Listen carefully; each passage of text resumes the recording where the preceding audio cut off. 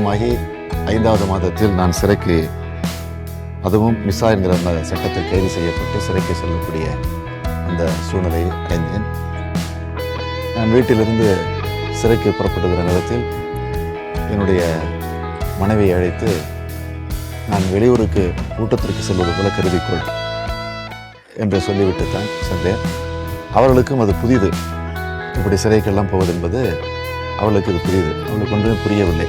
சரி, கூட்டத்திற்கு போவது போல் 5 நாட்கள் திரும்பி வந்து விடுவார் என்று தான் கருதி என்னை வழி அனுப்பி வைத்தார்கள். இப்போ எனக்கு ரொம்ப சின்ன வயசுனால எனக்கு ஜெயிலுக்கு போகிறாங்கன்னதும் எனக்கு அழுவ மட்டும்தான் தெரிஞ்சுது. இப்போ ஊருக்கெல்லாம் போனால் கல்யாணம் ஆகி ஒரு 5 மாதம் தான் ஆகுது, அதுக்குள்ளே இப்படி ஆயிடுச்சு அப்படிங்கும்போது மற்றவங்க சொல்லும்போது கொஞ்சம் வருத்தமாக இருக்கும். அதாவது நான் சிறைக்கு போன கொடுமையை விட அந்த கொடுமை அதிகமாக இருந்தது.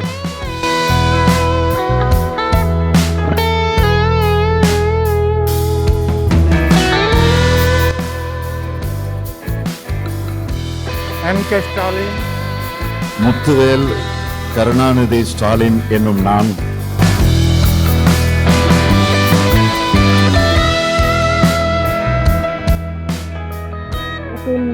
வேலை நிறைய இருந்தாலும் டைம் கிடைக்கும் போது இப்போ ஒரு சினிமாவுக்கு கூப்பிட்டு போவாங்க. இப்போ ஈவினிங்கில் கொஞ்சம் டைம் இருந்ததுன்னா பீச்சுக்கு போகலாம் அப்படின்னு சொல்லி போவோம். அப்புறம் வெளியில் போய் சாப்பிட்லாம். இந்த மாதிரி கிடைக்கிற நேரத்துலலாம் அப்புறம் எங்கேயாவது ஊர்களுக்கு போவோம். எங்கே போனாலும் புடவை வாங்கி கொடுவாங்க. அப்போயே வாங்கி கொடுப்பா. நானும் கடைக்கு போனால் பேண்ட் ஷர்ட்லாம் அப்போ நான் தான் வாங்கி கொடுப்பேன். ட்ரெஸ்ஸே நான் தான் அவங்களுக்கு செலக்ட் பண்ணுவேன்.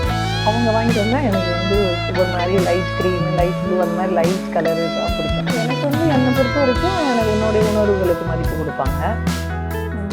என்னை சுதந்திரமாக இருக்க விடுவாங்க. இப்போ நானே ஒரு கோயிலுக்கு போகணுன்னா அதெல்லாம் ஊருக்கு போகணும், ஒரு வேலையாக ஒரு இருக்குன்னா நம்ம சொல்லிட்டோம்னா அதெல்லாம் அதெல்லாம் போகக்கூடாது, அந்த மாதிரி எங்கே போகிறேன் அந்த மாதிரிலாம் பேசணும்.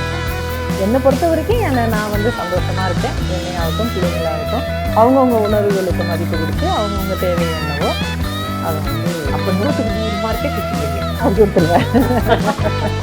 நாட்டின் முதலமைச்சராக, கட்சி தலைவராக அவங்களுக்கு பல்வேறு பணிகள் இருந்தாலும் ஒரு கணவராக எனக்காக நேரம் ஒதுக்கியதோடு மட்டுமல்லாமல் தனக்கு கிடைத்த நேரத்தில் இந்த நூலை முழுவதும் படித்து எனக்கு சில ஆலோசனைகளும் வழங்கி என் நூலுக்கு அன்பு உரையும் எழுதி கொடுத்தது எனக்கு மிகவும் மகிழ்ச்சி. இந்த புத்தக வெளியீட்டு விழாவிற்கு அவரால் வர முடியவில்லை என்றாலும் மனம் முழுக்க இங்குதான் இருக்கும். நேரலையில் முழு நிகழ்வையும் பார்த்து கொண்டிருக்கும் என் கணவருக்கு முதல் நன்றி.